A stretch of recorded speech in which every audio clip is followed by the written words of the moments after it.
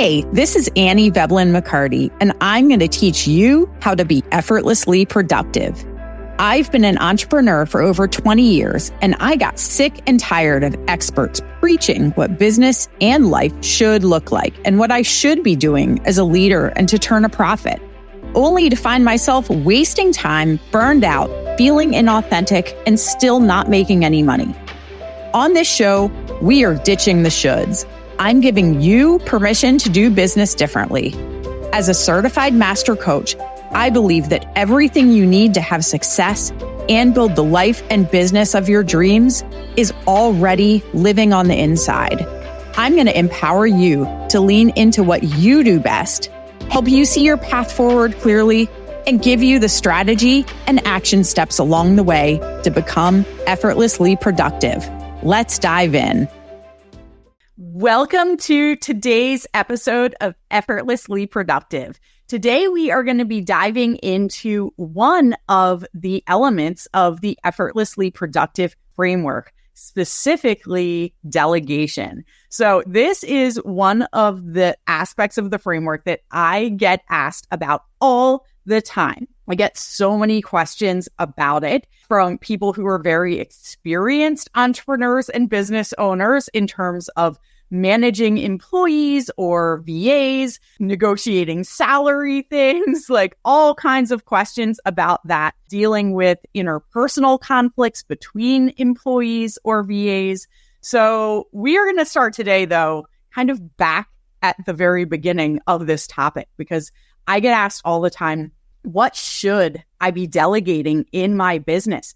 How do I know what I should be giving to an employee or a VA or a subcontractor to do for me? So we're going to dive into that question. And this is where there is not a one-size-fits-all question. There are some guidelines that I can give you for sure. So the first thing that I want you to do, you have a little bit of homework here from me on this episode right off the bat. Go through your entire day. And yes, look at your business activities, but I also want you looking at your personal activities as well. And I want you to really tune in and pay attention to, number one, what things are super easy for you to do. What do you get excited about? What do you love doing? What do you feel like you could just spend, if that was your only thing for the day, that you would be super happy and excited for your day if you could spend that entire day doing it? What do you get done faster than any other person on the face of the earth? These are going to start to give us indicators of the things that are our superpowers, the activities that we do in our day. They come very naturally and easily to us, that tap into our strengths. And this is also going to give us clues into what lights us up. What do we enjoy doing? Because at the end of the day, we want to enjoy our work and our business. Not every single element of our entire day is going to be enjoyable. You are going to have to do things for your business that you do not love. So this is not like a free pass that you are never doing anything that you hate again. However, as we start to grow as a business owner and are able to hire more people to do things for us, and little side note, I am doing another episode on whether you should be hiring subcontractors or hiring employees, because that's a really big difference. But end side note, and we're diving back into our discussion for today.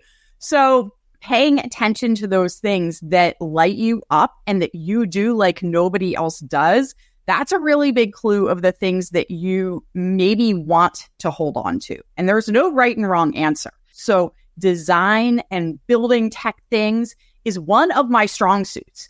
However, I have had seasons in my life where I have hired other people to build websites for me and build funnels for me and do graphics for me, because I was at a point where my time was constrained, that I needed to be focusing on other things and putting my time and energy into other things. So these questions are really important to go through as your business grows, as you grow, as you enter different seasons. If you have kids and you are home with your kids during the summer, the answers to these questions might be very different than when they're in school full time or when your kids have left home and are in college. So it's really important to consistently and continually do check-ins with yourself. Now that we have identified the things that you definitely want to hold on to, if you have things in the category that you do them better than anybody else, faster than anybody else, and you love doing them, those are probably activities that, for the most part, as long as you are not in a season where you are really having to be very conscientious about your time and energy, you probably want to hold on to those. I want you now to start to pay attention to tasks that cause dread, that you wake up in the morning worrying about or on your mind and you don't want to do them. Things that you put off doing, even though they are super important to get done in your business. Things that could be making income. Those are huge. What are the activities that earn the most income for your business? And if they are things that you dread doing, or also we can have things that we do not do very well. Okay, there are definitely things that are not my strong suit, that I do not do very well. Like small talk conversation is not my thing. And maybe that has no place in your business. But if that is something in your business, to go out there and get to know a lot of people, and sometimes the way we do that is through those small talk conversations, like maybe that's not your strong suit. Maybe that's an area where that's a red flag of how could I delegate this to somebody else? So we are going to be tuning into that as well.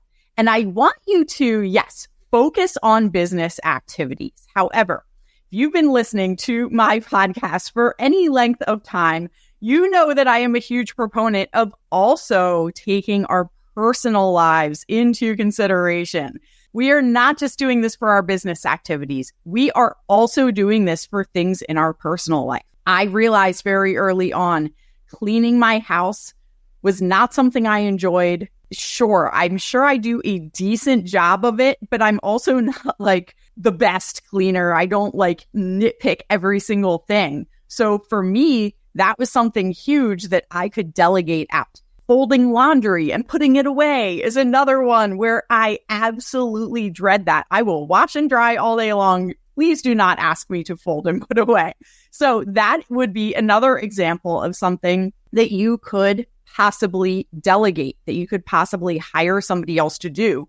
I also want you to think too, so with our business, yes, most of the time we are paying somebody, we are hiring somebody in one regard or another. However, with our daily personal activities, we can delegate those to family members, to people who are offering help. If you have a friend who's constantly offering to help maybe run your kids to sports practice, and that's not your favorite thing to do, or you're in a season where things are super crazy, take them up on it. You don't have to pay them, and think about the time and energy of taking your kid to sports practice. If you could have somebody else do that, how much time and energy would that save you that you could then put into something else? So I am talking through all of this with you because I want your brain to start asking, what are all the things in my day, not just in my business, but in my life that I could have somebody else do for me? What are the things that I want to hold on to? What are the things I want to get rid of? What are the things that I just do not do very well? It's not in my strength zone. And yes, there are some of those things we probably need to learn, but there's some of those things we also do not need to learn, and we can just pay somebody else to do it. So start to go through your day, probably for a good week or so, because we do different things on different days a lot of the time, and start to make a list of the things you want to hold on to for sure, and the things that you possibly could delegate or get off your plate in some way. Now, with those things that we're getting off our plate, we have two different things that we can do with those. Number one, if it is something that a computer can do, some kind of technology process, that is something we can automate. However, if it is something that requires a human touch, a computer cannot do it, cannot be set up to do it automatically, we then need a person involved. And that is the definition of delegation here. So if somebody has to do it, somebody has to have human touch to do it, that is where delegation comes into play. I want you also to start to think about, so we now have this list of things that we would like to delegate that does need that human touch.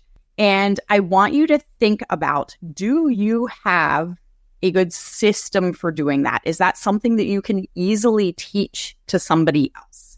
I want you to start to pay attention as you do that task. What are all of the ways that you do it? What are all of the lines that you go down? What are the steps you take? And start to actually write out a process for it. This might not be your favorite thing. It might not be your wheelhouse. However, one of the biggest worries, I would say, questions that people have, but also a worry associated with it, or we could also call this a limiting belief of having somebody else do it, of delegating a task, is it going to be authentic to me? A perfect example is if we have a VA sending messages to clients or prospective clients for us.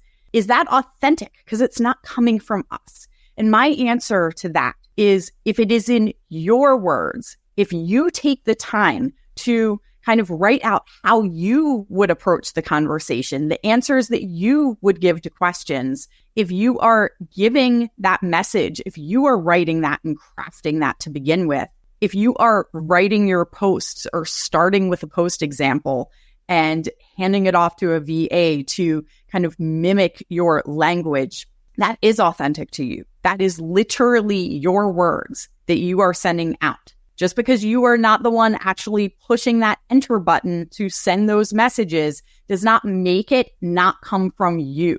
So that is my answer to keeping the authenticity. Will somebody else do it the same way that I will? That is another huge worry and fear. And this is why developing that process and coming up with that is so important, rather than just being like, go out and find people and send them a message. That's not very specific. I want you to start to look at, when you are doing that business activity, how are you doing it? Let's go to this example of sending those messages. Where are you finding the people to send messages to? How are you identifying those people? I'm going to say good and bad here. Obviously, no human is like, it's not like one is good and one is bad, like as a person and as a human, but our ideal client. How do you identify if somebody is your ideal client or if somebody is not the person that you would want to work with? Because that's really important, right? We don't want to have somebody reaching out and sending messages to a whole bunch of people who are not the type of people that we would work with. So what's your process for figuring that out? And some of this is going to start to be a little bit more judgment, but I want you to really pay attention to the things that you are looking for, even if it is a little bit more subjective, because that's the kind of thing that we can teach somebody else. But we have to be aware of it first before we can start to teach it to them. What message do you send in those instances? Are you sending a different message based on certain identifying factors?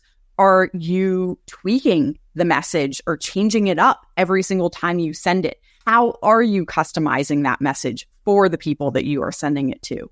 And then on the back end of that, is there a follow-up process? If you get a response, how would you respond to their answer? If you don't get a response, are you following back up with them? Are you just letting them go? Are you keeping track of the people that you're sending these messages to? Asking yourself and literally writing down every step of the process is how we start to develop the instruction manual, per se, for your business so that we can start to train other people to do it the exact same way that we would. And when we can train somebody to do business the exact same way that we would, all of a sudden it feels authentic to us because it is us. It is how we would do it. We just are not the ones whose time and energy is being spent to do those tasks. So this also obviously applies to your personal things as well. I know for me, specifically with folding laundry, I can get a little bit picky, let's say that, on like how my sheets are folded. I do not like them like balled up and just shoved in the closet. So there may be instructions with things like that too, where you like things being done a certain way. You like your house cleaned with certain products. Whatever that is, think about it and be specific, because when we can be specific and we can be aware of it ourselves, it makes it a lot easier to set those expectations for the people that we are hiring to do that for us. And all of a sudden, these worries that it's not going to be done how I do it, it's not going to be authentic to me, it's not going to work the way that I want it to, it's not going to be successful, it's not going to get me the results that I want in my business, all of those start to go away because we have now created a system. We have actually systematized the delegation process in a way that all of a sudden everything is in alignment with us. So I just wanted to give you a kind of overview of how I teach my clients to start to delegate and the things that I look for, the questions that I ask, and how to start to dive into that delegation process. And also all those limiting beliefs, those worries and concerns and reasons not to delegate things, to kind of address some of those, because often the biggest limitation on our business a lot of the time is our time and energy. And if we can compound that, if we can exponentially explode that by automating and delegating things, think about how huge. That's how we are able to start to scale our business and start to grow in ways that maybe you're limited right now. So I hope this episode was helpful. I cannot wait to hear in the comments. Let me know if this has helped, in what different ways you are now thinking about delegating in your business. And I cannot wait to hear how your business is able to grow and explode because of these tips. Have a fantastic rest of your day, and I will catch you on the next episode of Effortlessly Productive.